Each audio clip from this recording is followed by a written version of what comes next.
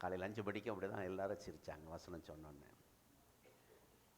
சங்கீதம் 91:11. சரி, எனக்கும் சரி இது போதும், வேற வார்த்தை ஆண்டுடைய வசனம் வேற இருந்தால் நல்லா இருக்குமே, ஒரு ஆறுதலாக என்னை பேசும்போது எனக்கும் அந்த வார்த்தை ஆறுதலாக இருக்கும் அப்படின்னு இந்த வாரம் எல்லாம் நான் ஆண்டவர்கிட்ட கேட்டு கேட்டு கேட்டு திங்கக்கிழமை கிடைக்கல, செவ்வாய்க்கிழமை கிடைக்கல, புதன்கிழமை வெள்ளி கிடைச்சிரும். சனிக்கிழமை ஒரு ஃபங்க்ஷனுக்கு போயிட்டு வந்தோம், மதியத்துக்கு மேலே வீட்டில் இருப்போம், கிடைச்சிரும். இல்லை, நைட்டு உட்காந்தா பிள்ளைகள்லாம் தூங்கினா தான் அப்புறம் நம்ம பேனை எடுக்க முடியும். இல்லைன்னா பேனை அவங்க பிடுங்கிடுவாங்க. அதனால் 10 மணி வரைக்கும் தான் காத்துட்டே இருந்தேன். பிள்ளைகள்லாம் பேர பிள்ளைகள்லாம் போய் படுத்தோன்னே அப்பா அப்படின்னு பேனை எடுத்தேன், நோட் எடுத்தேன், உட்காந்தேன். 11, 12, 1, 1:30. அதுக்கு மேலே என்ன வரும்? கொட்டாவி வருமா? அவ்வளோதான். 3வது வானத்துக்கு போயிட்டேன். அப்போது என்ன ஆண்டவரே செய்தி இல்லையா, யாருன்னா பாஸ்டர்ஸ் யாருன்னா வருவாங்க போல இருக்குன்னு நான் நினச்சிட்டு வந்தேன். அப்படி யாரும் இல்லை. ஆகவே எப்பவுமே நீங்கள் சில சகோதரிகளை பாருங்கள், நேற்று சாப்பாடு மிச்சமாயிட்டாக அடுத்த நாள் காலையில் அதை எவ்வளோ அழகாக பண்ணி கண்டுபிடிக்க முடியாமல் செஞ்சிடறாங்க. பழைய சோறை சூப்பராக பண்ணி கொடுத்துருவாங்க பாருங்கள். நேற்று வச்ச மீன் மறுநாள் டேஸ்ட்டாக இருக்குமா? அப்படிதான் இல்லை? அந்த நாள் செஞ்ச உடனே சாப்பிட்றதை விட அடுத்த நாள் சும்மா டேஸ்ட்டாக இருக்கும். ஆகவே நான் என்ன நினைக்கிறேன்னா, இது பழைய செய்தி, எப்போ கேட்கிற வார்த்தை தானே, பழசு தானே அப்படின்னு இதை கர்த்தர் நமக்கு புதுசாக்கி தருவாராக. கானாவூர் கல்யாணத்தின் தண்ணீரை ருசியுள்ள திராட்சரசமாக்கினவர் இந்த வார்த்தையை நமக்கு ஆசீர்வாதமாய் மாற்றி தருவாராக. நல்ல பிதாவே, நீர் எங்களோடு பேசும், நம்முடைய வார்த்தை எங்கள் உள்ளத்தை தொடற்றும், வந்த ஒவ்வொருவரையும் பலப்படுத்தும். இயேசுவின் நாமத்தில் பிதாவே. ஞானஸ்தானத்துக்கு ஆயத்தமாக இருக்கிறவர்கள் நீங்கள் போகும்போது என்னை சந்தித்து செல்லுங்கள். அடுத்த வாரம் நமக்கு ஞானஸ்தான ஆராதனை. ஆகவே இவ்வளோ நாள் பொறுமையாக காத்திருந்தீங்க. ஜனவரி மாதமே உங்களுக்கு கொடுத்துருக்கணும். ஆனால் இந்த மாதத்தில் இது 2வது மாதம் தானா? ஓ சரி, 2வது மாதம். ஆகவே நீங்கள் ஜெபிக்க அன்பாய் கேட்குறோம். இந்த இடத்துல பாஸ்டமாக உட்காந்துறாங்க, அதனால வேற யாரும் பக்கத்தில் வர மாட்டேங்கிறாங்க. அதனால உங்களுக்கு 2 ஃப்ரெண்டு கொண்டாந்து உட்கார வச்சுருக்கேன். பாஸ்டமாக கவனிச்சுக்கணும் நீங்கள் 2 பேரும் ஹெல்ப்புக்கு. அங்கே தான் இந்த வாரம் மாத்திரம் இல்லை, ஒவ்வொரு வாரமும் இது உங்களுக்கு பட்டா சரியா? அப்பா அம்மா எதாவது நினச்சிட போகிறாங்க. பாஸ்டமாக்கு உதவியாக தான் உட்கார வச்சுருக்கோம். சில நேரத்தில் பேனா இல்லைன்னா வாங்கி கொடுங்க, அவங்களுக்கு எப்பப்போ டீ சூடாக கொடுங்க. எனக்கு நிறைய பேர் இருக்காங்க பாதுகாக்க. அம்மா பாஸ்டமாவை கவனிக்கவே மாட்டேங்கிறாங்க யாரும், அதுக்கு தான் நீங்கள். தேங்க்யூ. சரி, சங்கீதம் 91:11 வாசிக்க கேட்போம். இல்லை இல்லை, நீங்கள் புதுசாக வந்திருக்காங்க இந்த சகோதரி, இந்த வாரம் புதுசாக வந்திருக்காங்க. எனக்காக தம்முடைய தூதர்களுக்கு கட்டளையிடுவார். ஆமென். எனக்காக என்னங்க? எனக்காக தம்முடைய தூதர்களுக்கு கட்டளையிடுவார் அப்படி சொல்லணும். நான் பின்னாடி உட்கார்ந்து பார்த்துக்கிட்டே இருந்தேன். ஒன்று சேர்ந்து நாம் துதிப்போம் சாத்தானை. எல்லாரும் கால் மேலே கால் போட்டு தான் உட்கார்ந்துருந்தீங்க. எல்லாரும் சொல்லல, சிலர் அந்த கால் எடுக்க அப்போ எப்படி பிரச்சனையை அப்படி சிக்கி தான் இருக்கணும் பிரச்சனைக்குள்ள. ஆலயத்துக்கு வரும்போது ரெடியாக இருக்கணும், கால்கள் இப்படி இருக்கணும், எந்த நேரம் எழும்புறதுக்கு ரெடியாக இருக்கணும், கை உயர்த்துவதற்கு ரெடியாக இருக்கணும். இப்படி செய்யும் போது தான் உங்கள் குடும்பத்தில் கர்த்தர் கிரியை செய்வார். நன்மையும் கிருபையும் பிரச்சனையும் போராட்டமும் தொடராது, நன்மையும் கிருபையும் தொடரும். ஒன்று சேர்ந்து நாம் துதிப்போம்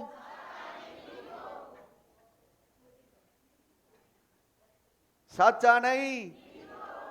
அப்பா ஷூ, புது ஷூ வாங்கி தர்றேன், பயப்படாதீங்க, பிஞ்சிராது.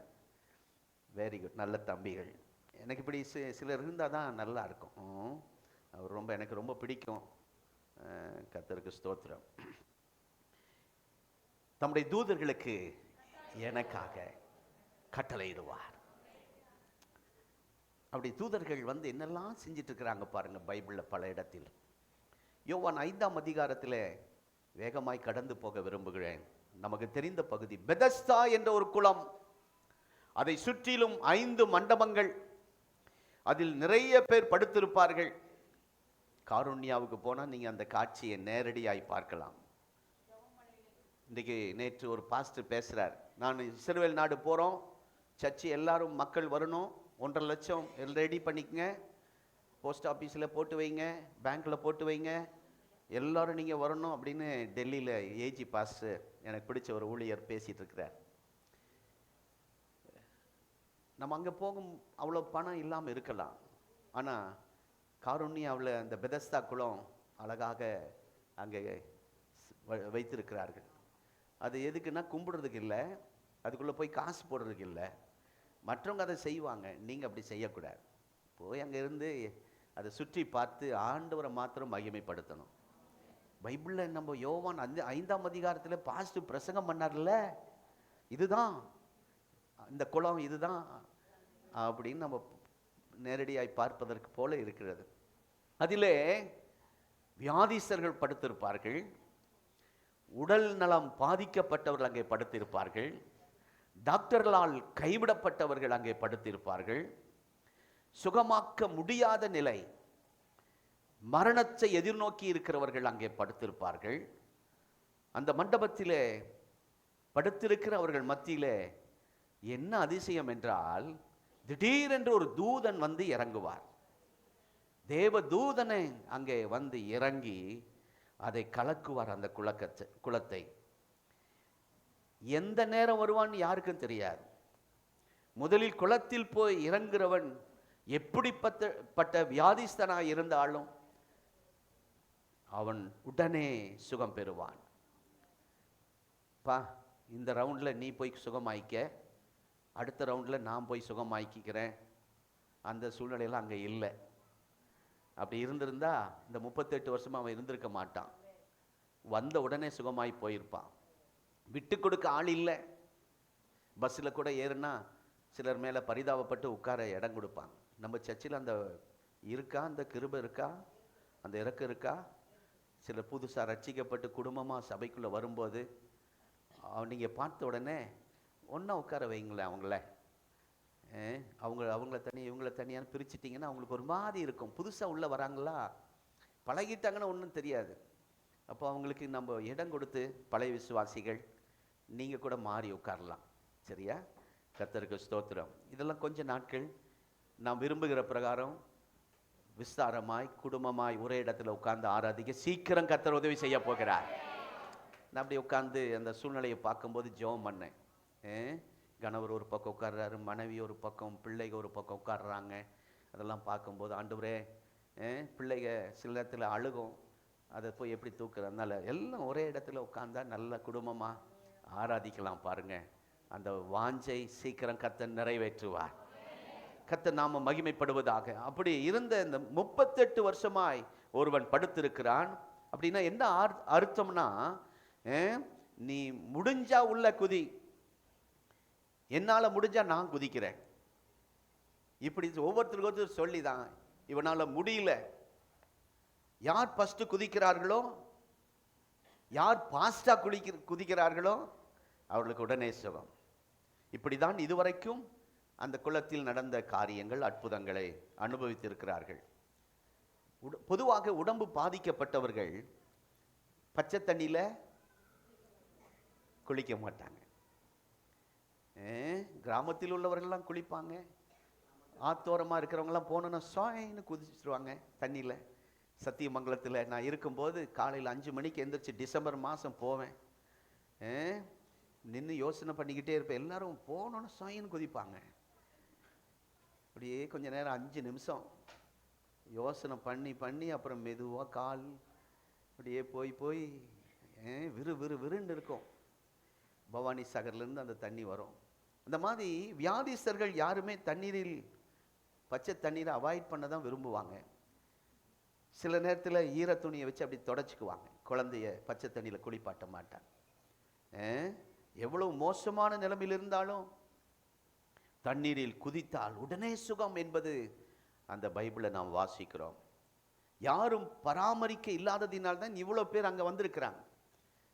இல்லைன்னா வீட்டில் இருந்திருப்பாங்க, ஆஸ்பத்திரியில் இருந்திருப்பாங்க. இவர்கள் கைவிடப்பட்டவர்கள். இவன் எவ்வளவு கஷ்டப்பட்டு, இவன் எவ்வளவு பிரயாசப்பட்டு முதல் ஆளாக இறங்கணும்னு நினைச்சாலும் முயற்சி எடுத்தான். ஆனால் முடியாமல் போச்சு. நீங்களும் சில காரியத்தில் முயற்சி எடுக்கிறீங்க. பிள்ளைகளுக்காக முயற்சி எடுக்கிறீங்க, கடன் பிரச்சனையை அடைக்க முயற்சி எடுக்கிறீங்க, வீடு கட்ட முயற்சி பிள்ளைங்க திருமணத்துக்காக முயற்சி எடுக்கிறீங்க. ஆனாலும் சில நேரத்தில் வாய்க்காமல் போகிற, அவன் எதிர்பார்த்த, அவன் விரும்பினது பெற முடியாமல் அந்த குளத்து பக்கத்திலேயே அவன் இருந்தான். பக்கத்தில் தான் இருக்கிறான், ஆசீர்வாதத்தின் பக்கத்தில் தான் இருக்கிறான், வாக்குத்தத்தத்தின் பக்கத்தில் தான் இருக்கிறான். தூதர்கள் வருகிறதை நேராக பார்க்கிறான். மற்றவர்களுக்கு அற்புதம் நடக்கிறத நம்ம நேரடியாக பார்க்கிறோம். அவர்கள் சாட்சி சொல்றதை நம்ம கேட்கிறோம். இவனும் பார்க்கிறான், பக்கத்தில் தான் இருக்கிறான். எவ்வளோ பேர் தங்களுடைய ஆதங்கத்தில் அங்கே இருந்திருப்பார்கள், அந்த ஏக்கத்தில் அங்கே இருந்திருப்பார்கள், வேதனையில் இருந்திருப்பார்கள், வருத்தத்தில் இருந்திருப்பார்கள், உடல் நலம் பாதிக்கப்பட்ட நிலைமையில், மனதளவில் பாதிக்கப்பட்ட நிலைமையில் அங்கே இருந்தார்கள். இந்த காலை நேரத்திலே, இந்த இரண்டாம் ஆராதனையிலே உடல் அளவிலே மன அளவிலே பாதிக்கப்பட்டு இருக்கிற சிலரை இங்கே பார்க்கிறேன். தேவ பிள்ளை, அது வெளியே சொல்ல முடியாது உங்களால. அந்த அளவில் பாதிக்கப்பட்டு இங்கே வந்திருக்கிறீர்கள். இந்த மாதிரி நீங்கள் இருக்கக்கூடாது என்றுதான் வாக்குத்தத்தம் கர்த்தர் தந்திருக்கிறார். சங்கீதம் 91:11 எனக்காக தம்முடைய தூதர்களுக்கு கட்டளையிடுவார்.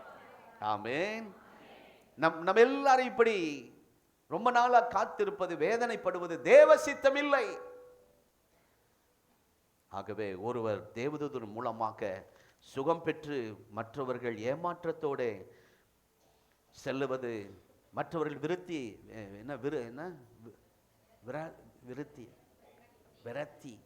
ஒரு மாதிரி ஆகி போகணுங்கிறது ஆண்டுடைய சித்தம் இல்லை. அதெல்லாம் போன வருஷம் அப்படி இருந்திருக்கலாம்.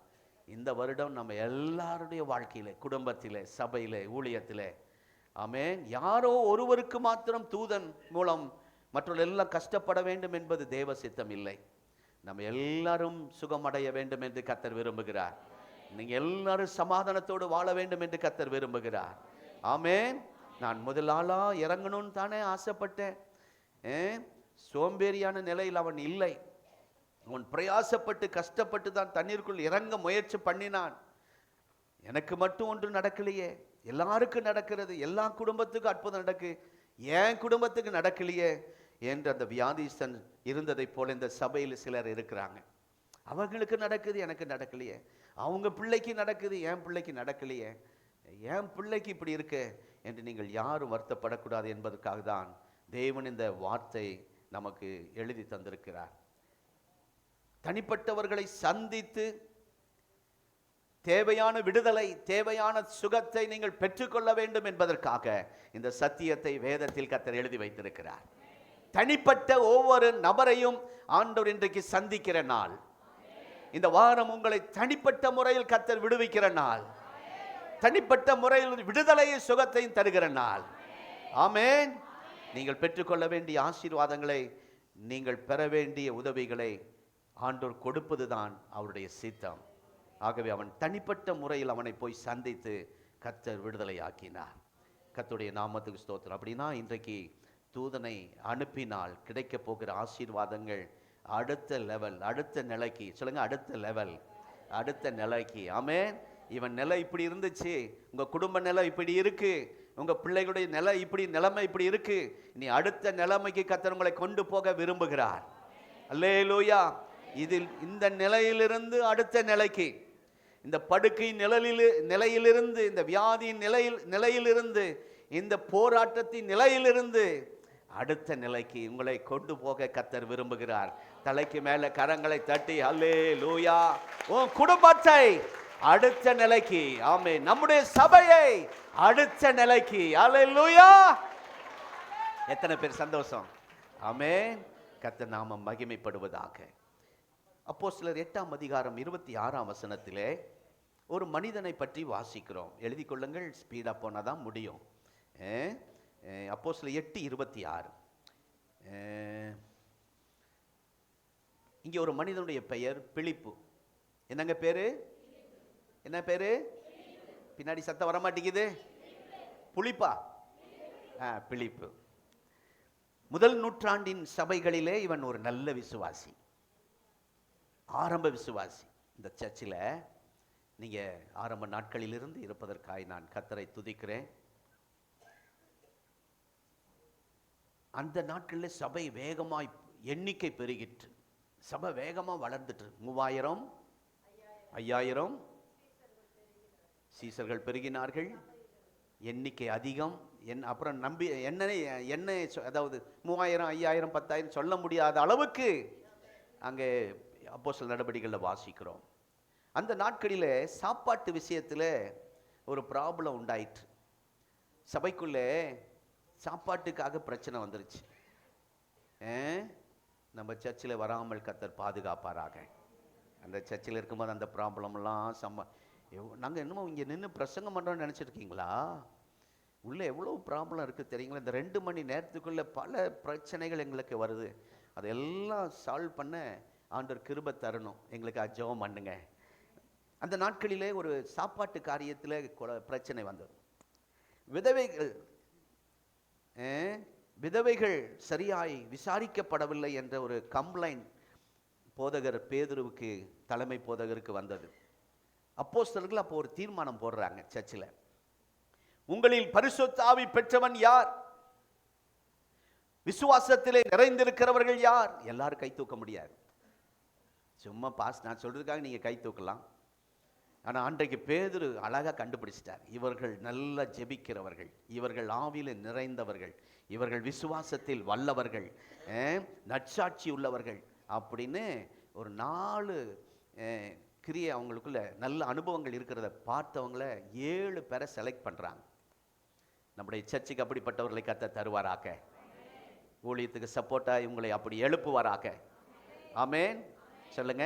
ஆவில், பரிசுத்தாவில், பரிசுத்தாவின் அபிஷேகத்தை பெற்றவர்கள். அடுத்தது அப்புறம் விசுவாசத்தில் நிறைந்தவர்கள். 3வது நற்சாட்சி பெற்றவர்கள். இன்னும் இருக்கோ அதுல ஞானத்திலே நிறைந்தவர்கள். இந்த 7 பேரை தேர்வு செய்தார்கள், செலக்ட் பண்ணாங்க. அவர்களிடத்திலே இந்த பொறுப்பு கொடுக்குறாங்க. சர்ச்சு பராமரிக்கிற பொறுப்பெல்லாம், ஏழைகளை விசாரிக்கிற, விதவைகளை விசாரிக்கிற அந்த பொறுப்பெல்லாம் அவருடைய கையில் கொடுக்கப்படுகிறது.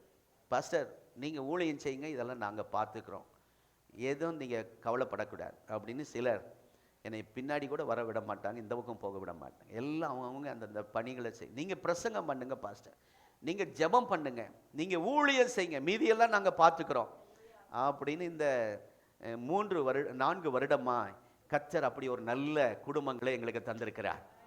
உங்களை தான் சொல்கிறேன். ஆமென். நீங்கள் எல்லாரும் தான், ஸ்தோத்திரம், சிலரை அல்ல. ஆகவே அதில் ஒருவன் தான், அந்த 7 பேர்களில் ஒருவன் தான் பிலிப்பு. இந்த பிலிப்புவை ஆண்டவர் ஆசீர்வதித்து பயன்படுத்தினார். எப்படின்னா, எருசலேமிலே கடுமையான உபத்திரம் வந்தது.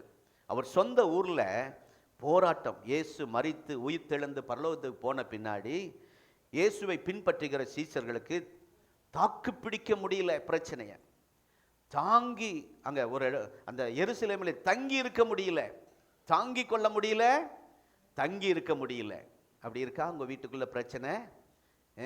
தாங்க முடியாத பிரச்சனை, தங்க முடியாத பிரச்சனை சீசர்களுக்கு வந்தது. எல்லாரும் சிதறடிக்கப்பட்டார்கள், எல்லாம் அங்கங்கே ஓடிட்டாங்க. ஸ்தோத்திரம். மணிப்பூரில் நடந்த மாதிரி நல்ல வீட்டை விட்டு காட்டுக்குள்ளே இருக்கிறாங்க விசுவாசிகள். மணிப்பூருக்காக தயவாக ஜெபிக்க அன்பாய் கேட்கிறேன். அருமையான தேவனுடைய பிள்ளைகள், மணிப்பூரில் விசுவாச பிள்ளைகளுக்கு மறுபடியும் சோதனை, போராட்டம், குடும்பம் சிதறப்பட்டு இருக்கிறது. மனைவி ஒரு பக்கம், கணவன் ஒரு பக்கம், குழந்தைங்க ஒரு பக்கம், எங்கே இருக்காங்க தெரியாது. இன்றைக்கெல்லாம் ஆராதனைக்க முடியாமல் காட்டுக்குள்ள குளிரில் பெட்ஷீட் எடுத்துகிட்டு ஓட முடியல. உயிர் பிழைச்சா போதுன்னு ஓடி போனவர்கள் சாப்பாடு இல்லாமல் காட்டுக்குள்ளே மலை அடிவாரத்தில் வனாந்திரத்தில் அங்கங்கே சிதறி இருக்கிற அந்த மணிப்பூர் மக்களுக்காக நீங்கள் ஜெபிக்க தயவாய் கேட்கிறேன். இதே போல தான் இப்போ சிதறி போன எல்லாரும் அங்கே போய் இருக்கிறார்கள். அப்போஸ்தலர்கள் எல்லாரும் ஊரை விட்டு காலி பண்ணிட்டாங்க. அப்படிப்பட்ட பிழைப்பு போன இடம்தான் சமரியா. சொல்லுங்க. போன இவர் சும்மா இருக்கல, பிழைப்புக்காக போனார். சிலர்லாம் நீங்கள் வெளியூர்லேருந்து வேலைக்காக வந்தீங்க, இங்கே வந்து ஆண்டவருக்காக ஏதாவது செய்யணும்னு நினச்சிருக்கிறீங்களே, உங்களை கர்த்தர் ஆசீர்வதிப்பாராக. நான் சம்பாதிக்கணும், என் பிள்ளை சம்பாதிக்கணும், என் குடும்பம், என் கடன் கட்டணும், எங்கள் அப்பா அம்மா நல்லா பார்த்துக்கணும், ஊரில் இடம் வாங்கணும், ஊரில் வீடு கட்டணும், நல்ல எண்ணம். ஆனால் பிழைப்பு அப்படி அல்ல. அவன் எவ்வளோ குடும்பத்தை நேசித்தாலும் செலவு பண்ணாலும் அவனுடைய ஆசை ஊழியம் செய்யணும், சுவிசேஷம் அறிவிக்கணும். எங்கு போனாலும் அவருக்குள்ள ஒரு ஆசை பாருங்க, ஆண்டுடைய நற்செய்தியை சொல்லணும் என்று அவன் பிரசங்கித்தான். அநேகர் அந்த செய்தியை கேட்டு விசுவாசித்து இயேசு பாஸ்டர் இல்லை, அவரு உங்களை போல விசுவாசி. அவர் சுவிசேஷத்தை கேட்டு அநேகர் ரட்சிக்கப்பட்டார்கள். இந்த வருஷத்தில் கர்த்தர் அதை உங்களை கொண்டு கர்த்தர் செய்ய போகிறார். காலை 5 மணி ஆராதனையில் நான் பார்க்கிறேன், புது குடும்பங்கள். யாரு? நம்ம சாதாரண விசுவாசிகள் போய் பிரசங்கம் பண்ணி பல்லடத்திலிருந்து குடும்பங்கள் வராங்க. நமக்கு அங்கே 10 குடும்பங்களை கர்த்தர் ஆயத்தம் பண்ணி வைத்திருக்கிறார். இடுவம்பாளையம் பாரதிபுரத்திலே இருந்த 5 குடும்பங்கள், காங்கயத்திலிருந்து ஒரு குடும்பம். கொஞ்சம் லேட் ஆயிடுச்சு பாஸ்டர், நான் காங்கயத்திலேருந்து வரேன், என் குடும்பத்தாருக்கு யாருக்கு தெரியாது, அவங்களுக்கு செய்ய வேண்டியதெல்லாம் செஞ்சுட்டு நான் ஓடி வரேன் அப்படின்னு ஒரு அம்மா கண்ணீரோடு சொன்னாங்க. என்ன சொல்கிறேன்னா, இன்றைக்கு உங்களை எல்லாரையும் கர்த்தர் பயன்படுத்துவதற்காக நான் கர்த்தரை துதிக்கிறேன். அப்படி பிலிப்புவை கர்த்தர் பயன்படுத்தினார். பிசாசுகள், அந்த பிடியில் இருக்கிறவர்கள் விடுதலை ஆகிறார்கள். இதெல்லாம் அங்குள்ள ஒரு மாய வித்தைக்காரன் பார்த்துக்கிட்டு இருக்கிறான். அந்த ஊரில் ஒரு மந்திரவாதி, மாய வித்தைக்காரன், செய்வன செய்கிறவன் பார்த்துட்டே இருக்கிறான். அவனுக்கு ரொம்ப வினோதமாக இருக்குது. நீங்கள் செய்கிறத உங்கள் சுற்றியுள்ள சில ஜோசியர்கள், மந்திரவாதிகள், பூசாரிகள் பார்த்து ஆச்சரியப்பட கர்த்தர் கிரியை செய்வார். ஆமென். வினோதமாக அவன் பார்த்துட்டு, என்னப்பா நடக்குதுங்க, நம்மளும் தான் இத்தனை வருஷம் மந்திரம் செய்கிறோம், மாய வித்தை செய்கிறோம், ஆனாலும் இவ்வளோ பேர் என்கிட்ட வரல, ஆனால் இவங்க ரட்சிக்கப்படுறாங்களேன்னு சொல்லி அதை பார்க்க வந்தவன் ரட்சிக்கப்பட்டுட்டான். உங்கள் ஊழியம் மூலமாய் அநேக மந்திரவாதிகள் ரட்சிக்கப்படுவார்கள், ஜோசியர்கள் ரட்சிக்கப்படுவார்கள், ஹல்லேலூயா, பூசாரிகள் ரட்சிக்கப்படுவார்கள். உங்கள் வீட்டு பக்கத்தில் சாமியை வச்சு ஒரு கோயில் வச்சு அவங்க கும்பிட்டா பரவாயில்ல, அவங்க கும்பிட்ற நோக்கம் எல்லாம் இந்த விசுவாசி வீட்டை காலி பண்ணணும், நம்ம அருள் வரமாட்டேங்குது, சாமி வரமாட்டேங்குது. இதுக்கு தடை யாரு? இந்த கிறிஸ்தவ குடும்பம். கிறிஸ்தவ குடும்பம் இல்லை, அந்த வீட்டுக்குள்ளே ஜெபிக்கிற ஒருத்தர். ஆமென். அது அவங்களுக்கு தடையாக இருக்குது. அதனால் குடும்பத்துக்குள்ளே பல பிரச்சனை அனுப்புகிறான். நீங்கள் புரிஞ்சுக்கணும், பிரச்சனைனா அந்த பிரச்சனை பண்ணுற நபரை கோச்சிக்காதீங்க, அதுக்கு பின்னாடி மறைந்திருக்கிற இந்த மந்திரவாதி ஆவிகள் எல்லாரும் ரட்சிக்கப்படுவார்கள். ஹல்லேலூயா. உங்களிடத்தில் வந்து முழங்கால் படியிடுவார்கள், ரட்சிக்கப்படுவார்கள், ஞானஸ்நானம் எடுப்பார்கள், தேவனை மகிமைப்படுத்துவார்கள். ஹல்லேலூயா. நிச்சயமா பார்க்க போறீங்க. அதுதான் இங்க நடக்குது. 8ஆம் அதிகாரம் 8ஆம் வசனத்திலே அவனே பிரமிப்படைஞ்சான். பிலிப்புவை ஒரு சிட்டிக்கு, ஒரு டவுனுக்கு, பட்டணத்திற்கு ஆண்டவர் பிளஸ்ஸிங்கா வச்சிருந்தார். நீங்க இருக்கிற ஏரியாவுக்கு கர்த்தர் உங்களை பிளஸ்ஸிங்கா, ஆசீர்வாதமா வைக்க போகிறார். ஓடக்காடுக்கு உங்களை பிளஸ்ஸிங்கா கர்த்தர் வைக்க போகிறார். ஓ ஹல்லேலூயா. சின்ன சின்ன சின்ன ஆண்டிப்பாளையம், சின்ன ஆண்டிப்பாளையம், அதுக்கு உங்களை கர்த்தர் ஆசீர்வாதமாய் வைக்க போகிறார். ஹல்லேலூயா. இடுவாய்க்கு உங்களை ஆசீர்வாதமாய் வைக்க போகிறார். ஆமென். நீங்க இருக்கிற பகுதிக்கு நீங்க ஆசீர்வாதமா இருக்க போறீங்க. எங்க பாஸ்டர் வீட்டுக்கு வந்து பாருங்க, எங்க புலம்பல், எங்க கண்ணீர், குடும்ப ஜெபம் இல்லை, நாங்க சிதறி இருக்கிறோம், வீட்டுக்குள்ளதான் இருக்கிறோம், சிதறி இருக்கிறோம். அப்படியா இருக்கீங்க? ஆண்டவர் தெளிவா பேசுறார். சங்கீதம் 91:11 தூதர்களை கட்டளை இடுவார். அவங்க வந்தா இதெல்லாம் நடக்கும். பிலிப்பு வாழ்க்கையில் ஏன் இப்படி நடக்கு? தூதர்கள் இறங்கி வந்தாங்க. இந்த சம்பவத்தை நீங்கள் வாசித்து பாருங்கள். இப்போ நெக்ஸ்ட் லெவலுக்கு, அடுத்த காரியத்திலே கர்த்தர் பயன்படுத்த விரும்புகிறார். சமரியா ஒரு சின்ன ஊர். இப்போ அடுத்த பெரிய பட்டணத்துக்கு அனுப்ப போகிறார். இந்த தீர்க்க தரிசனமாய் சொல்லுகிறேன், நம்முடைய பிள்ளைகளை பல உயர்ந்த நிலைமைக்கு அனுப்ப போகிறார். போன வாரம் ஒரு குடும்பத்தை வெள்ளிக்கிழமை கேட்டேன். ஒரு பக்கம் கவலையாக இருக்குது, இன்னொரு பக்கம் சந்தோஷமாக இருக்குது. சென்னையில் ஒரு பெரிய உத்தியோகம் கிடச்சிருக்கு. ஹல்லேலூயா, கர்த்தருக்கு ஸ்தோத்திரம். அங்கே போய் அந்த சபைக்கு ஆசீர்வாதமாக இருப்பார்களாக. நம்ம சர்ச்சில் இருக்க ஒரு குடும்பம், ஒரு பாப்பாவுக்கு சென்னையில் உயர்ந்த நல்ல வேலையை கர்த்தர் தந்திருக்கிறார். அந்த மாதிரி அடுத்த நிலைமைக்கு பிலிப்புவை உயர்த்துகிறார். அதுக்குத்தான் ஒரு தூதனை அனுப்பி இப்போ கைட் பண்ணுகிறார். நல்ல கவனிங்க, பிலிப்புவை அடுத்த ஸ்தானத்துக்கு அனுப்புகிறது தூதன், தேவதூதன் வந்து ஒரு வழியை காட்டுகிறார். அடுத்த நிலைமைக்கு, அடுத்த உயர்வுக்கு. ஆமென். உபத்திரவத்தில் தப்பி பிழைக்க வந்த இடம்தான் சமரியா, திருப்போர்.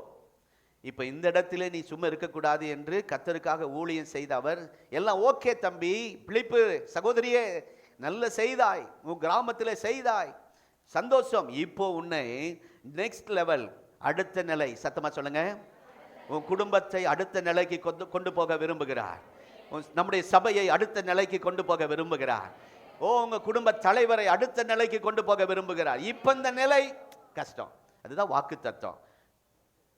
பூர்வ நாட்களை நடந்தது போல மறுபடியும் ஆரம்பத்தில் திருமணம் ஆகும்போது, ஆரம்பத்தில் ரட்சிக்கப்படும் போது இருந்த அந்த சந்தோஷம் திரும்ப, ஆமென், அந்த புது நிலைக்கு நம்மை கொண்டு போக அவர் விரும்புகிறார். ஆகவே இப்போ ஸ்தோத்திரம், அந்த காலம் இந்த 2026 வந்துருச்சு. ஆமென். அவன் தேவனிடத்திலே எந்த கேள்வியும் கேட்காமல் போகிறான். கவனிக்கிறீங்களா? கர்த்தர் பேசும்போது, கர்த்தர் இந்த வேலையை தரும்போது நீங்க தைரியமா போய் செய்யுங்க. இவன் எந்த கேள்வி கேட்கல. ஆவியான தூதன் மூலமாய் கைட் பண்ணு, வழி காட்டுகிறார். அவன் எதுவும் பேசாம, சரி ஆண்டவரே நான் போறேன் அப்படின்னு போனார். போகும்போது எங்க அனுப்புகிறார்? வனாந்தரத்துக்கு அனுப்புகிறார். இப்போ ஒரு சிட்டியில இருந்துகிட்டு இன்னொரு பெரிய சிட்டிக்கு அனுப்புனா பரவாயில்ல, வனாந்தரத்தில் போனா அங்க என்ன ஊழியம் செய்ய முடியும் அப்படின்னு கேள்வி கேட்காம போனார். அங்கே போகும்போது தான் ஒரு ரதம் வருகிறது. அதில் யார் வருகிறா? ஏழை மனுஷன் அல்ல, பாதிக்கப்பட்ட மனுஷன் அல்ல, நிதி அமைச்சர் வருகிறார். யார் வரா? யாரு? ஒரு பெரிய மந்திரி வருகிறார். சமரியா ஒரு ஆப்பிரிக்கா தேசம், சரி ஆசியா தேசம். இப்பொழுது அவரை அனுப்புகிற இடம் ஆப்பிரிக்காவுக்கு அனுப்புகிறார். ஆசியாவிலிருந்து ஆப்பிரிக்கா. ஆசியா நல்லா இருந்துச்சு, ஆப்பிரிக்கா ஒரு மாதிரி இடம். இப்போ ஆப்பிரிக்கா போனால் ரொம்ப கஷ்டம்தான். அங்கே யுத்தம் நடந்துக்கிட்டே இருக்கு. உகாண்டா அங்கே அதாவது அங்கே அந்த நிக்ரோ மக்கள் மத்தியில் பயங்கர பிரச்சனை இருக்கிறது. ஆண்டவர் அங்கே கொண்டு போய் ஆசீர்வாதமாய் மாற்றி விட்டார். ஒரு கண்டத்திலிருந்து இன்னொரு கண்டத்துக்கு அனுப்புகிறார். ஆமென். கர்த்தர் இந்த சூழ்நிலையில் உங்களையும் ஒரு சூழ்நிலையிலிருந்து இன்னொரு சூழ்நிலைக்கு ஆசீர்வாதமாய் மாற்ற போகிறார். கொஞ்சம் கூட்ட மக்களுக்கு ஆசீர்வாதமாய் இருந்த நிலையிலிருந்து இப்போ ஒரு பெரிய கூட்டத்திற்கு ஆசீர்வாதமாய் இருப்பதற்காக ஆண்டவர் இந்த பிலிப்புவை பயன்படுத்தினார். அல்லேலூயா. உங்கள் குடும்பத்துக்கு மாத்திரம் நீங்க ஆசீர்வாதமா இருந்தீங்க, சிறு குடும்பத்துக்கு மாத்திரம் உங்க வருமானம் போதியதா இருந்தது. இனிமேல் நீங்க அநேகருக்கு ஆசீர்வாதமாய் கர்த்தர் உங்களை உயர்த்த போகிறார். பாஸ்கர் ஐயா, ஆமென். முடியும் போது அவருக்காக ஜெபிக்கணும். ரொம்ப முடியாத சூழ்நிலையில் சர்ச்சுக்கு வந்திருக்கிறார். நானாக இருந்தால் வர முடியாது, அப்படியே படுத்துருவேன், சுருண்டு போர்வை பற்றி படுத்துருவேன். ஆனால் அந்த சூழ்நிலையிலும் உள்ளே வந்து உட்கார்ந்துருக்கிறார். அவருடைய விசுவாசத்தை கர்த்தர் கனப்படுத்துவாராக. நீங்களும் பல பிரச்சனையில் முடங்கி போயிருந்த உங்களை கர்த்தர் இந்த சபைக்குள்ளே கொண்டு வந்திருக்கிறாருன்னா ஆண்டவர் உங்களை நேசி. இதுவரைக்கும் சமரியாவில் பார்த்த ஆட்கள் சாதாரண ஆட்கள், இப்போ பார்க்கிறான் பெரிய விஐபி. நல்லா புரிஞ்சுக்கொள்ளுங்க, கர்த்தருடைய தூதனை இப்போ உங்களுக்கு அனுப்புவார், ஆனால் உங்கள் லெவலே வேற. ஆமென். எங்கேயோ போயிருவீங்க. அந்த நாட்கள் இந்த நாட்களில் கர்த்தர் செய்ய போகிறார். அநேகர் சாட்சி சொல்ல போகிறாங்க. எளியவருக்கு சுவிசேஷம் அறிவிப்பது, ஏழைகளுக்கு சுவிசேஷம் அறிவிப்பது ரொம்ப ஈஸி. என்னம்மா ஒரு மாதிரி இருக்கீங்க, அழுதுருவாங்க உடனே. ஏம்மா இப்படி இருக்கீங்க, அப்படி அழுதுருவாங்க. எனக்கு அவ்வளோ இருக்கும். அந்த ஏழை மக்கள் சுவிசேஷத்தோன்னா அப்படி ஏற்றுக்கணும், நாளைக்கு சர்ச்சுக்கு உடனே வந்துடுவாங்க. அந்த பணக்காரனுக்கு போய் சொல்லுங்க, ஏய் போயா, உனக்கு வேற வேலை இல்லையா? எனக்கு கடவுள் எல்லாம் கொடுத்துருக்கிறார், பங்களா கொடுத்துருக்கிறாரு, எல்லாம் கொடுத்துருக்கிறாரு, யாருனாக்கு போய் சொல்லு அப்படின்றான். திருப்பூரில் அப்படி ஒரு பெரிய பணக்காரர் இருக்கிறார். 1 ஏக்கரால வீடு. எத்தனை? ஆச்சரியமா இருக்குல்ல கேட்டா. பல கோடிக்கு டெக்கரேஷன் பண்ணியிருக்கிறார். பிள்ளைகளுக்கு எல்லாம் பண்ண வேண்டியதெல்லாம் பண்ணிட்டார்.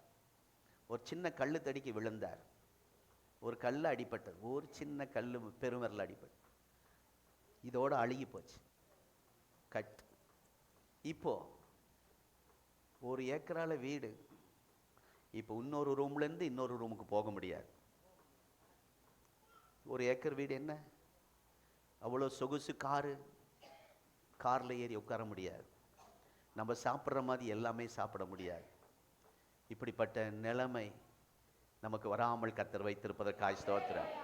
அல்லேலூயா. இந்த பணக்காரர்கள், இவன் கோடீஸ்வரன், ஸ்தோத்திரம். ஆகவே இந்த நாட்களில் அநேக மந்திரிமார்கள், அநேக அரசியல் தலைவர்கள், அநேக விஐபிகளுக்கு கர்த்தர் உங்களை பயன்படுத்த போகிறார். எத்தனை பேர் ஆமென் சொல்றீங்க? ஏதோ பக்கத்து வீட்டில் கஷ்டப்படுறவங்க, ஒரு ஏழை குடும்பத்துக்கு சுவிசேஷம் சொன்னால் உடனே ஏற்றுக்கிறாங்க. அந்த விஐபி அவனுக்கு எல்லாம் இருக்குது, எனக்கு கடவுள் எல்லாம் கொடுத்து நீ எனக்கு ஒன்றும் சொல்ல வேண்டாம், உன்னையே தான் பார்த்தா பரிதாபமாக இருக்குது அப்படின்னு சொல்லிடுவான். அந்த நாட்கள் அது வேறு. ஆனால் இந்த நாட்களில் தூதனை கர்த்தர் அனுப்புவாரானால் நமக்கு அநேக நம்மிடத்தில் வருவார்கள். நீங்கள் ஜெபிக்க போகிறீங்க, உங்கள் மூலமாய் சிலரை கர்த்தர் தொட போகிறார். ஆமென், ஸ்தோத்திரம். கர்த்தருடைய நாமம் மகிமைப்படுவதாக. ஆகவே இந்த இடத்தில் அதை தான் நாம் பார்க்கிறோம்.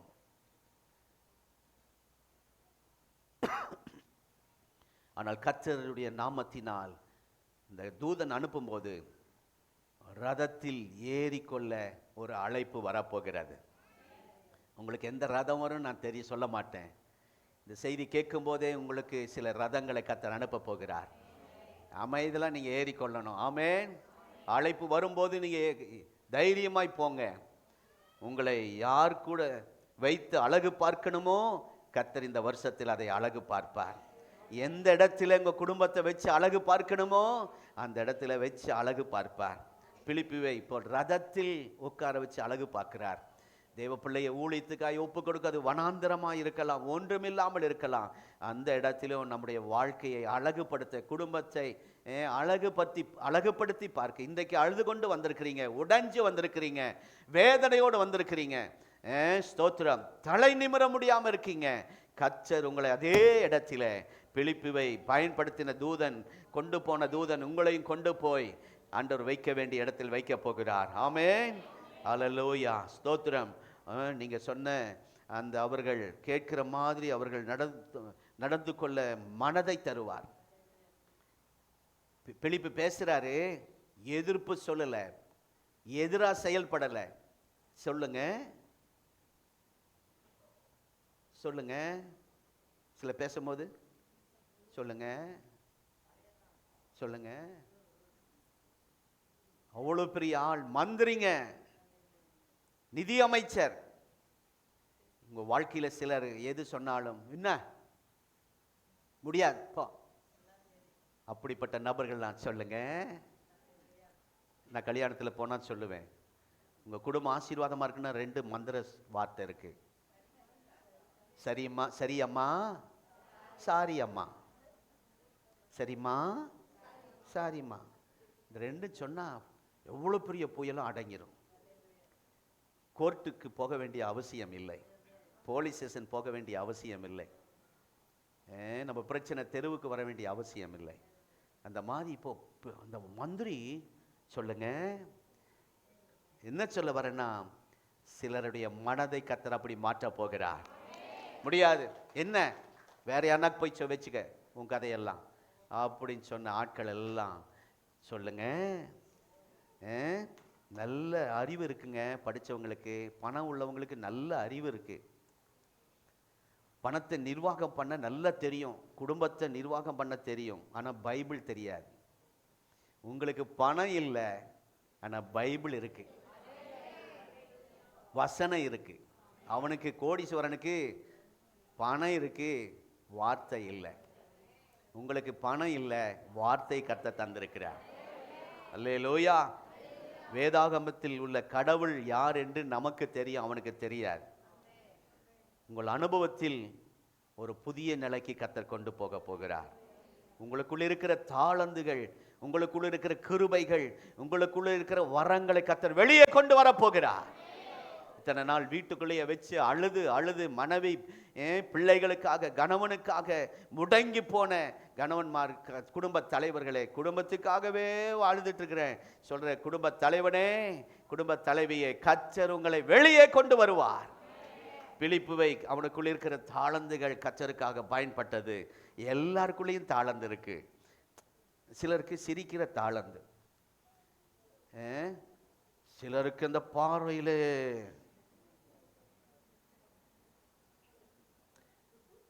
அந்த என்ன விசுவாசி, அடக்கமான விசுவாசி. ரொம்ப அடக்கமாக இருப்பாங்க, கை தட்ட மாட்டாங்க, அல்லேலூயா சொல்ல மாட்டாங்க, அடக்கமாக இருப்பாங்க. அவங்களெல்லாம் அடக்கம் செய்யப்பட வேண்டும். அந்த காலத்திலேருந்து ஒன்று வந்துருச்சுங்க. வெள்ளிக்கிழமை தான் ரொம்ப ஃப்ரீயாக பேசினேன், இப்போ பேச நேரம் இல்லை.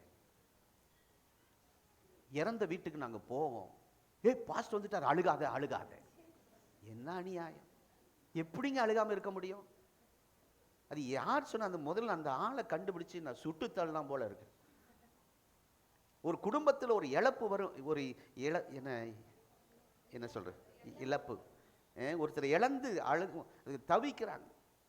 அந்த வேதனை அவங்களுக்கு தான் தெரியும். பாஸ்ட் வந்துட்டார், அழுகாத. கிறிஸ்தவர்கள் இயேசு ஏற்றுக்கொண்டா அழக்கூடாதான். எவன் சொன்னாது? அவன் இயேசுவின் நாமத்தில். இயேசுவை போய் கல்லறையின் இடத்திலே லாசருவை பார்த்த உடனே அவனுக்கு அந்த அந்த சொல்லுங்க அந்த அந்த சரி, அழுகிறவர்களோட அழுங்கள் சொல்லியிருக்கார். எவ்வளோ வசனம் இருக்கு! யாரோ சொல்லி கொடுத்ததை பேசிட்டு இருக்கிறேன். அதனால துக்கம் வந்தால் நம்ம அழதான் செய்யணும். அதுக்காக எப்பவும் சபைக்குள்ள வந்து அழுதுட்டு இருக்கக்கூடாது. கர்த்தருடைய நாமத்துக்கு ஸ்தோத்திரம். ஆகவே அருமையான கர்த்தருடைய பிள்ளைகளே, ஆண்டு நமக்குள் இருக்கிற தாளந்துகளை பயன்படுத்துவாராக. கிருபையும் தாளந்தும் புதைத்து வைக்காதீங்க. 2025 வரைக்கும் புதைச்சிட்டு வச்சுட்டோம். இனி கர்த்தருக்காக பயன்படும். நெக்ஸ்ட் லெவலுக்கு நாங்கள் போக ஆண்டவர் உதவி செய்வார். நீங்கள் அப்படியே உங்களுக்கு தாளந்த எதுவும் பயன்படுத்தாமல் வந்து எங்கேயோ மூலையில் அம்மா பக்கத்தில் உட்காந்துக்கிட்டு, அப்பா பக்கத்தில் உட்காந்துட்டு ஓடிட்டீங்கன்னா உங்களை கர்த்தர் அடுத்த லெவலுக்கு கொண்டு போக மாட்டார். நீங்கள் கோடி கோடியாக சம்பாதிங்க, லட்ச லட்சமாக சம்பாதிங்க, பங்களா கட்டுங்க, ஆனால் ஒன்றும் பிரயோஜனம் இல்லை. நீங்கள் ஆண்டவருக்காக பயன்பட இன்றைக்கு ஒப்பு கொடுங்கள். ஆமென். கர்த்தர் தந்ததை யூஸ் பண்ணுங்க. அது சமரியாவாக இருக்கலாம், பயன்படுத்துங்க. அது இல்லை, இந்த சமரியாவில் யூதர்களுக்கு போக மாட்டாங்க. ஆனால் பிலிப்பு அங்கே போக ஆண்டவர் உதவி செய்தார், அங்கே பயன்படுத்தினார். சில போகாத இடங்களுக்கு கர்த்தர் உங்களை அனுப்ப போகிறார். இருக்கிற இடத்துல கர்த்தருக்கு ஏதாவது ஃபர்ஸ்ட் செய்யுங்க, மனப்பூர்வமாய் செய்யுங்கள். அடுத்த நிலைக்கு கர்த்தர் உங்களை கொண்டு போவார். இந்த பிலிப்பு மூலமாக இந்த பாடத்தை கர்த்தர் நம்ம கற்றுத் தருகிறார். நம்ம எல்லாருக்கும் தாளந்து இருக்குதோ இல்லையோ, நான் சொல்றேன், பாப்பா ஸ்தோத்திரம், வாச்சா சூப்பர். இங்கே இருக்கிற எல்லாருக்கும் கிருபை தாளந்து. உங்களை போல பேச தெரியாத பசங்க சொல்லாதீங்க. அந்த சிஸ்டர் போல ஜெபிக்க தெரியாது, இந்த அம்மாவை போல பாட தெரியாது, இவர் போல மியூசிக் வாசிக்க தெரியாது, யாரும் தப்ப முடியாது. எல்லார் மேலேயும் கிருபை இருக்கு, எல்லார் மேலேயும் கிருபை இருக்கு. அல்லேலூயா, ஸ்தோத்திரம். குறிப்பு எடுக்கிறீங்களோ? சரி, இதை கர்த்தருக்காக பயன்படுத்துங்க. ஆபிரகாம் ஐயா அடுத்தது என் பிள்ளை பார்த்துக்குவா, ஏதாச்சும் செய்வா? இல்லை இல்லை, நீங்க தான் செய்யணும். உங்களுக்குள்ள அல்போன்சையா உங்கள் கிருபை கர்த்தர் வச்சிருக்கிறார். ஆமென். ஆகவே இருக்கிற இடத்துல கர்த்தர் உங்களை பயன்படுத்துவாராக. தேவநாமம் மகிமைப்படுவதாக. ஏனென்றால் வசனம் சொல்லுகிற, உதிக்கிற இடத்தில் உன் வெளிச்சத்திற்கு, உதிக்கிற உன் வெளிச்சத்திற்கு ராஜாக்கள் நடந்து வருவார்கள். இந்த வசனம் நம்ம சர்ச்சில் நிறைவேற போகிறார். பிலிப்பு சாதாரணவன், ஆனால் நிதி அமைச்சருக்கு சத்தியம் சொல்லி ஞானஸ்நானம் கொடுக்கிற அளவுக்கு கர்த்தர் சாதாரண ஒரு விசுவாசியை பயன்படுத்துவாரானால், அந்த தூதனை அனுப்பி பயன்படுத்துவாரானால், இந்த தூதன் உங்களையும் அனுப்பி அல்லேலூயா பயன்படுத்த வல்லவராயிருக்கிறார். எத்தனை பேர் ஆமென் சொல்றீங்க? அல்லேலூயா. ஓ, கர்த்தருடைய நாமம் மகிமைப்படுவதாக. ஓ, அடுத்த நிலைக்கு நம்மை உயர்த்த அவர் வல்லவராயிருக்கிறார். உங்கள் திறமைகள், தாளந்துகளை கர்த்தருக்கு பயன்படுத்த ஒப்பு கொடுங்கள். ஆகவே தான் இந்த வசனம், உதிக்கிறவன் வெளிச்சத்திற்கு ராஜாக்கள் நடந்து வருவார்கள். இந்த வார்த்தை தீர்க்க தரிசனமாய் கர்த்தர் சபைக்கு தருகிறார், நிறைவேற்றுவார். ஞானஸ்நானம் அந்த மந்திரிக்கு கொடுத்த உடனே பிலிப்புவை ஆவியானவர் கொண்டு போய்த்தார்.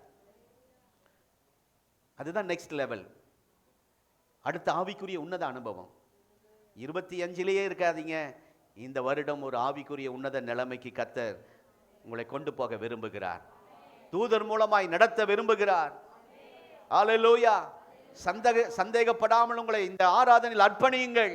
ஆண்டவரே, நீர் என்ன செய்ய சித்தமாய் இருக்கிறீரோ அதற்கு என்னை ஒப்பு கொடுக்கிறேன். எனக்கு தந்திருக்கிற கிருபை உமக்காக பயன்படட்டும். எத்தனை பேர் ஆமென் சொல்றீங்க? அல்லேலூயா. அது வனாந்திரம், அது வழி கிடையாது, ஆனால் ரதம் வரும்.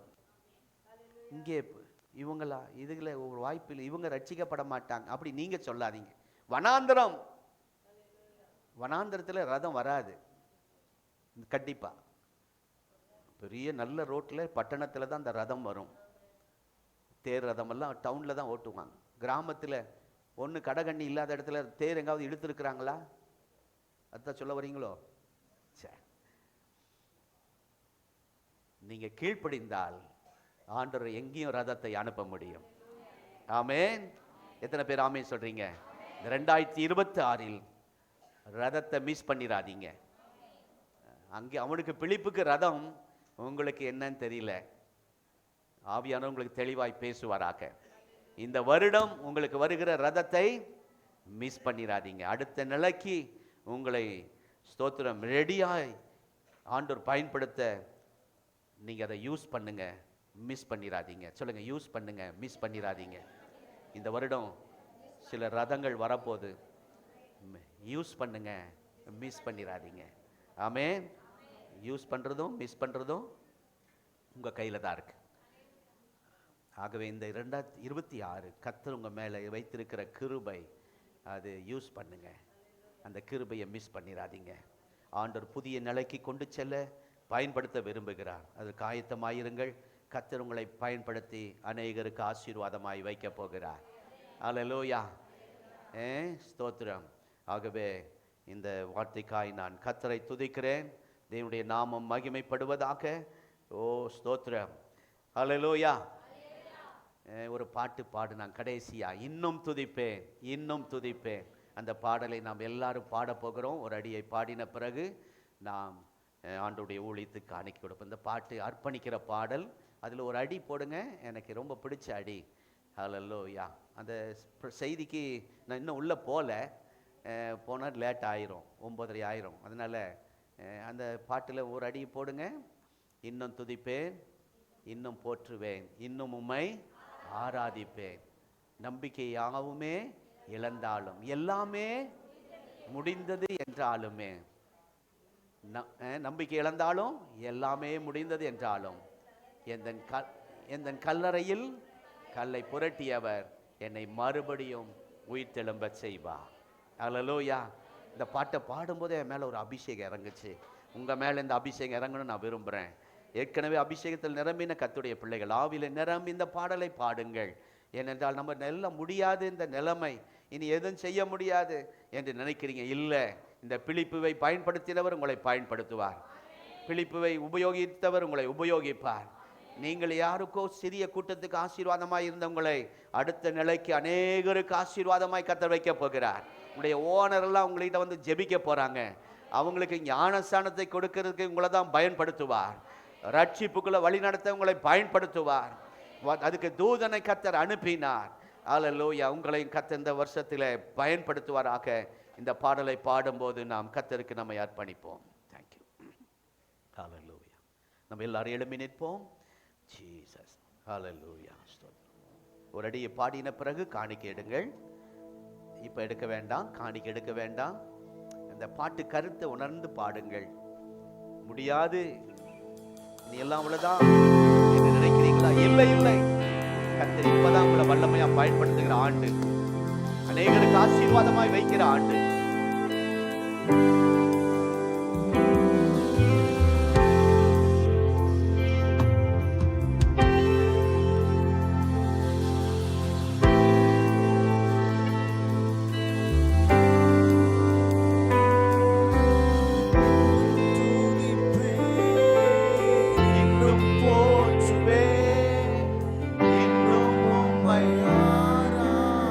எவ்வளவு உபத்திரம் வந்தாலும், போராட்டம் வந்தாலும், இன்னும்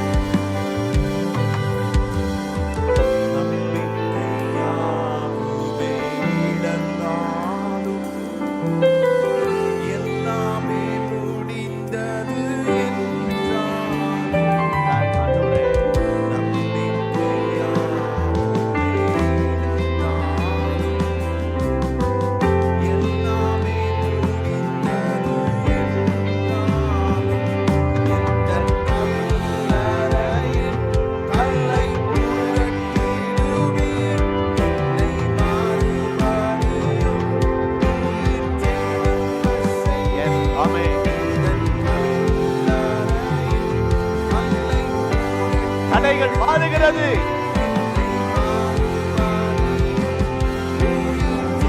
எழுப்புகிறார் உங்களை.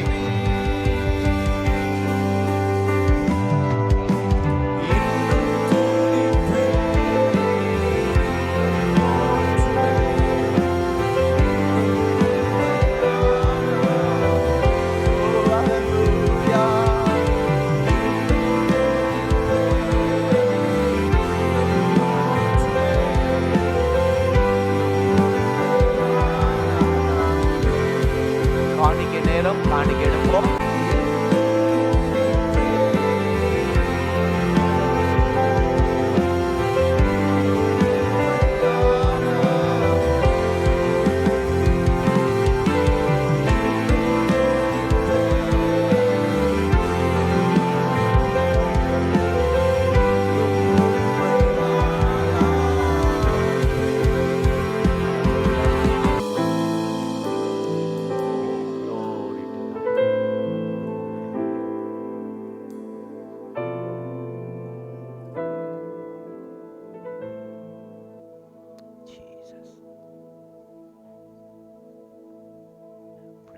காணிக்கை செலுத்துவோம்.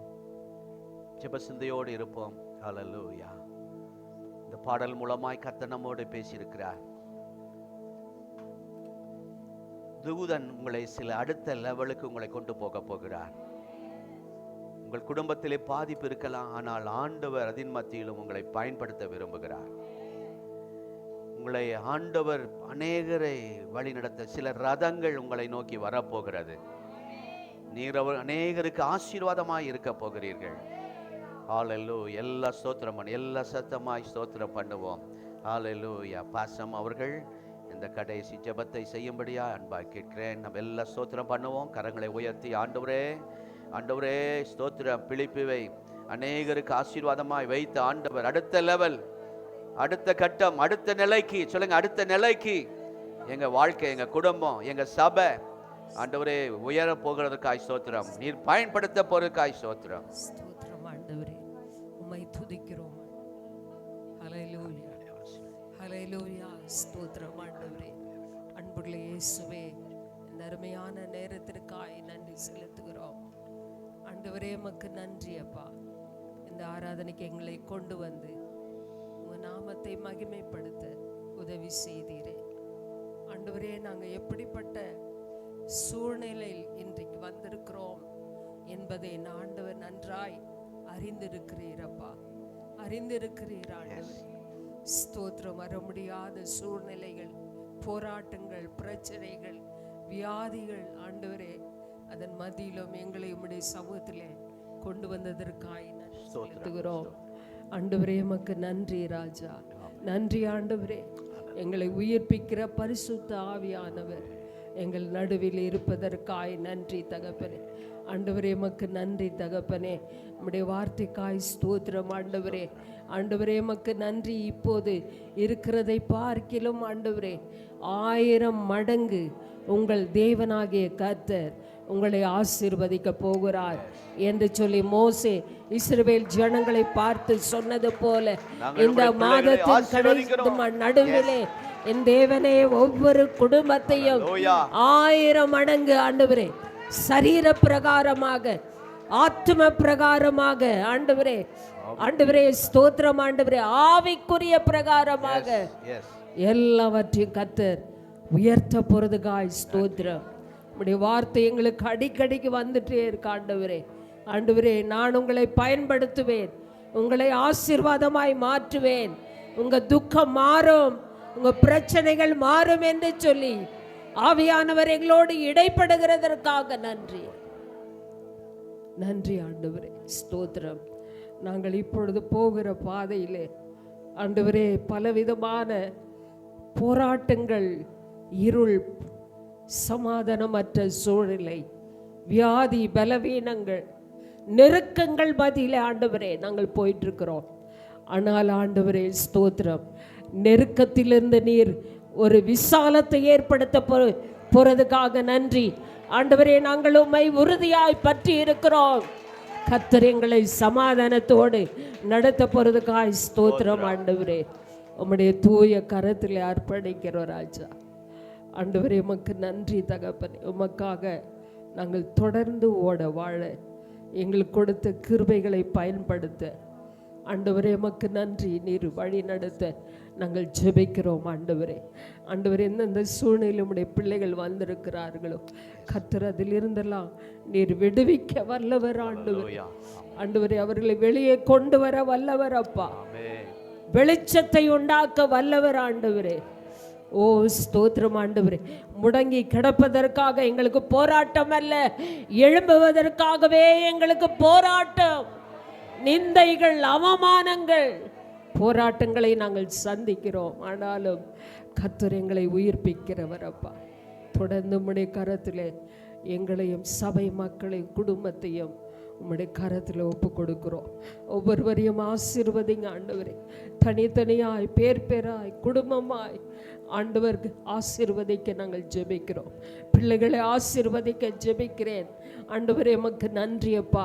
வியாதி, பலவீனங்கள் மாறட்டும், கடன் பாரங்கள் மாறட்டும், வேலை ஸ்தலத்தில் ஒரு மாற்றம் உண்டாகட்டும், குடும்பத்தில் மாற்றம் உண்டாகட்டும், படிப்பிலே ஒரு மாற்றம் உண்டாகட்டும்.